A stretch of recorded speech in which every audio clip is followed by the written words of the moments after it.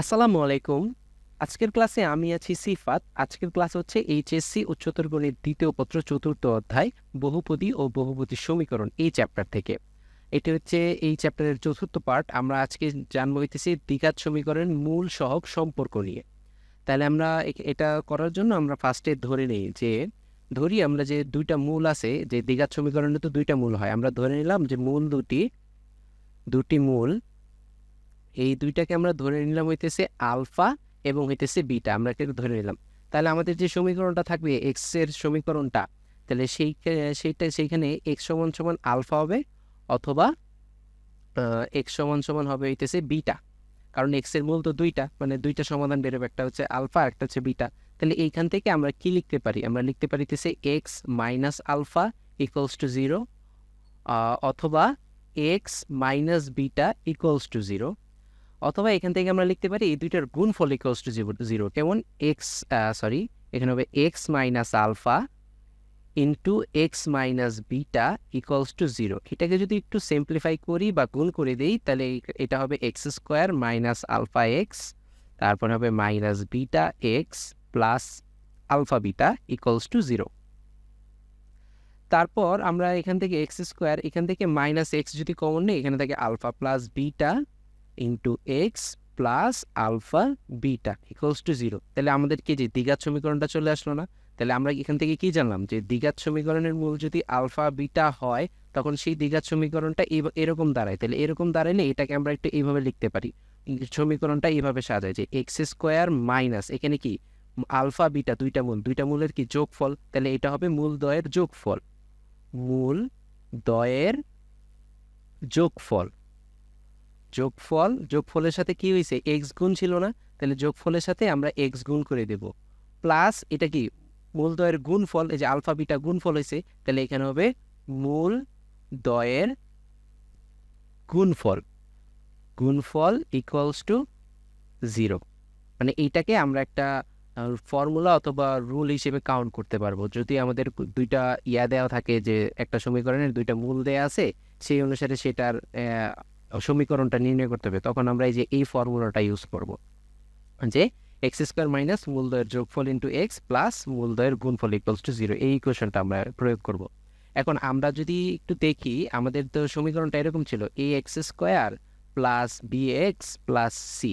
এখন এই alpha bitter সাথে আমাদের এই যে এখানে যে এ বি সি আছে, এইটার সম্পর্কটা কেমন দাঁড়ায় সেটা যদি আমরা জানার চেষ্টা করি, তাহলে আমরা এই সমীকরণটাকে এই আকারে একটু আনার চেষ্টা করি। তাহলে আমি এক কাজ করি, যে উভয় পাশকে এ দ্বারা ভাগ করে দিই। তাহলে A X square divided by A plus B X divided by A plus C divided by A equals to zero. আচ্ছা, এখান থেকে আমরা বলতে পারি এক্স স্কোয়ার, এখানে আসে plus b by a into x plus c by A equals to zero. এখন সব ঠিক আছে, কিন্তু এখানে একটা মাইনাস আসার কথা।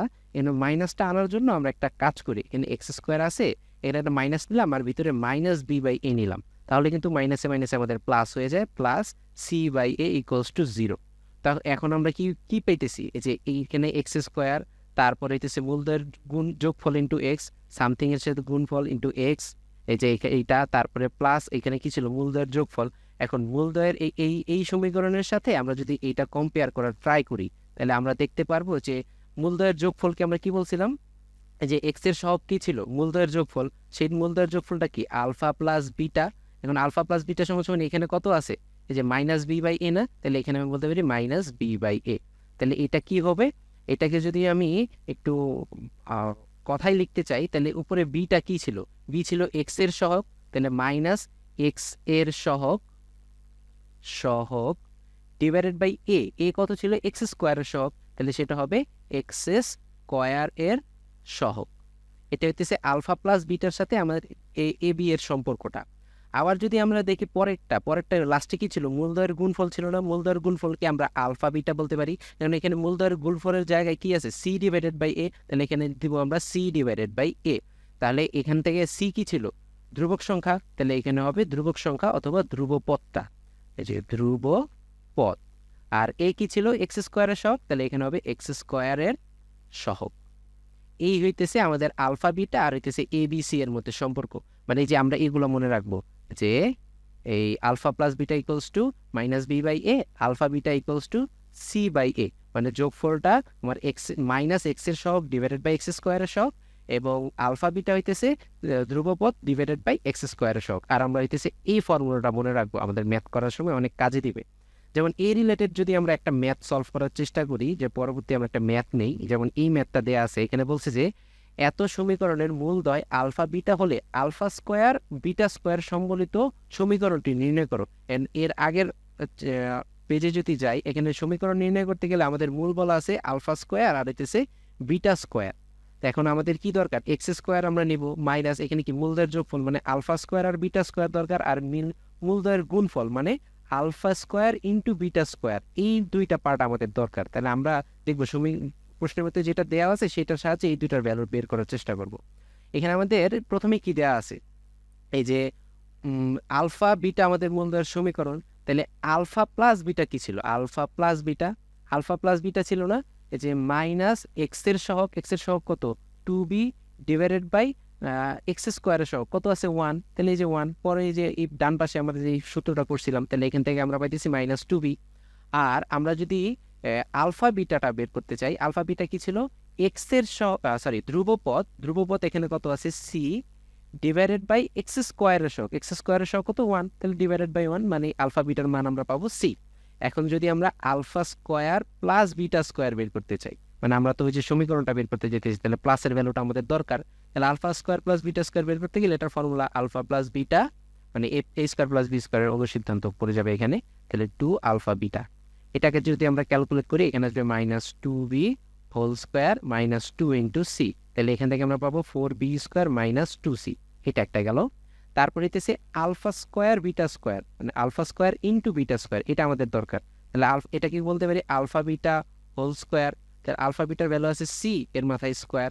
এখন যদি আমরা সমীকরণটা নির্ণয় করতে চাই, সমীকরণটা কি ছিল, সমীকরণটা ছিল এক্স স্কোয়ার মাইনাস মূলদ্বয়ের যোগফল মানে alpha square plus beta square into x plus মূলদ্বয়ের গুণফল কত alpha square into beta square equals to 0। এখন আমরা তো এগুলো বের করছি যে প্রথমে এক্স স্কোয়ার মাইনাস এই যে alpha square beta plus beta square, এটার ভ্যালু আমরা বের করছি 4b স্কোয়ার আর মাইনাস হইতেছে 2c, এটার সাথে into x plus alpha square into beta square, এটার ভ্যালু আমরা বের করছি সি স্কোয়ার, তাহলে এখানে আসবে সি স্কোয়ার ইকুয়ালস টু 0। এইটাই আমাদের কাঙ্ক্ষিত সমীকরণটা, এইটাই আমাদের অ্যান্সার। তাহলে এইভাবে আমরা এই মূল সহগের ম্যাথগুলো সলিউশন করব। নেক্সট ক্লাসে আমরা এই চ্যাপ্টার থেকে বা এই পার্ট থেকে আমরা আরও কিছু ম্যাথ দেখব। আজকের ক্লাস এই পর্যন্তই। সবাইকে ধন্যবাদ। আসসালামু আলাইকুম।